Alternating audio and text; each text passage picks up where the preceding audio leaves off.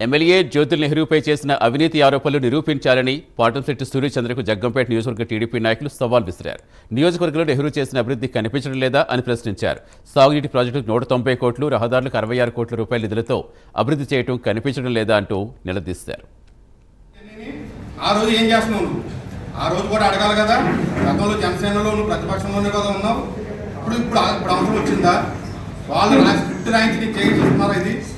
కాబట్టి నువ్వు నీ అద్దుల్లో ఉంటే బాగుంటుందని చెప్పి అని కోరుకుంటున్నాను. బీటీ రోడ్లు కానీ సీసీ రోడ్లు కానీ మరి ఎక్కడ ఏ ఎమ్మెల్యే గారు కూడా చేయనటువంటి అభివృద్ధిని ఇక్కడ జ్యోతుల్ నెహ్రూ గారు చేస్తుంటే నువ్వు మాట్లాడితే అవినీతి అవినీతి అవినీతి అని దానికి హెడ్లైన్ పెట్టాడు. మళ్ళీ నువ్వు ఏ పార్టీలోకి వెళ్తే ఆ పార్టీ వాళ్ళు నేను వద్దంటున్నారు. అంటే ఏంటి? నీకు మెంటల్గా ఒక బుర్ర పోడైపోయినటువంటి రాజకీయ నాయకుడిగా నిన్ను గుర్తించే ఏ పార్టీ కూడా నేను దరి చేరనివ్వడం లేదని చెప్పేసి ఈ సందర్భంగా తెలియజేస్తూ మట్టి ఇసుక అన్ని దోపిడీ అంటున్నాడు. నువ్వు గతంలో పోటీ చేసినటువంటి సర్పంచ్గా పోటీ చేసినటువంటిప్పుడు నా దగ్గర ఏమీ లేదు, చిల్లి అవ్వలేదు, మీరే నాకు దిక్కని చెప్పేసి తిరిగినటువంటి వ్యక్తివి నువ్వు. ఈ రోజు 4 కార్లు నువ్వు ఎమ్మెల్యే టికెట్కి పోటీ చేస్తున్నావు అంటే మరి ఎక్కడి నుంచి వస్తుంది ఈ సొమ్ము? నీకు వచ్చినటువంటి వాటా ఎంత? గతంలో అడిగారు, నువ్వు సమాధానం చెప్పలేదు. మీ పంపకాల్లో నీకు ఎంత వచ్చింది? నువ్వు 10 ఎకరాలు అమ్ముకున్నానన్నావు, మీ వాటాకి ఎంత వచ్చింది? 6 ఎకరాలు ఉంటే 2 ఎకరాలు ఎంతో వస్తే నువ్వు అమ్మేసినప్పుడు ఈ 10 ఎకరాలు ఎక్కడి నుంచి అమ్మేమని చెప్పేసి ఎలా వచ్చిందని కూడా సమాధానం చెప్పాలి మాయా. మరి అదే విధంగా ఇంకొకసారి పదే జ్యోతుల్ నెహ్రూ గారి మీద మా నాయకుడు నవీన్ గారి మీద మాట్లాడితే మనకి కుదరదు. మేము నిన్ను ప్రతిఘటిస్తాం. ఇంకొకసారి మాట్లాడితే మేము మళ్ళీ కూడా నీ భాగవతం కూడా ఇంకా చాలా ఉంది.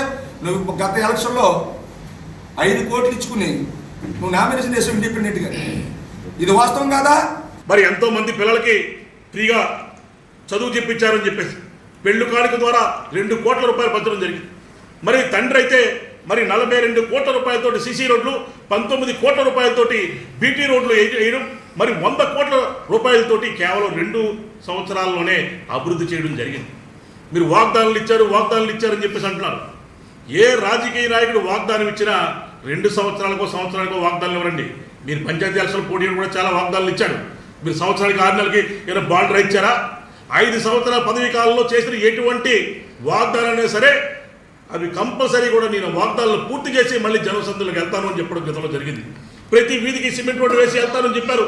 గతంలో సిమెంట్ రోడ్లు వేసి అభివృద్ధి చేసి మళ్ళీ ఓట్లాడడానికి వెళ్ళడం జరిగింది. అదేవిధంగా ప్రతి మండలంలో డిగ్రీ కాలేజ్ కానీ, మరి ఐటీఐ కాలేజీ భవన నిర్మాణం కానీ, మరి నిరుద్యోగ యువతకి ఉద్యోగాల కల్పనలో కానీ, పారిశ్రామిక అభివృద్ధి కానీ, ఇలా ఏ కార్యక్రమం చేసినా సరే ఆ కార్యక్రమాన్ని పూర్తి స్థాయిలో అభివృద్ధి సంక్షేమాన్ని 2 దఫాలు కూడా ప్రకటించే నాయకులు జగ్గంపేటలో జ్యోతుల్ నెహ్రూ గారి యొక్క తనయుడు జ్యోతుల్ నవీన్ కుమార్ గారు అని చెప్పి సందర్భంగా తెలియజేసుకుంటూ, మరి ముఖ్యంగా మీకు చెప్పక్కర్లేదు, 3 టర్ములు మరి ఆ జ్యోతుల్ నెహ్రూ గారి యొక్క చల్లని ఆశలతోనే మీరు సర్పంచ్గా బూరుపూడి గ్రామంలోని నెగ్గడం కూడా జరిగింది.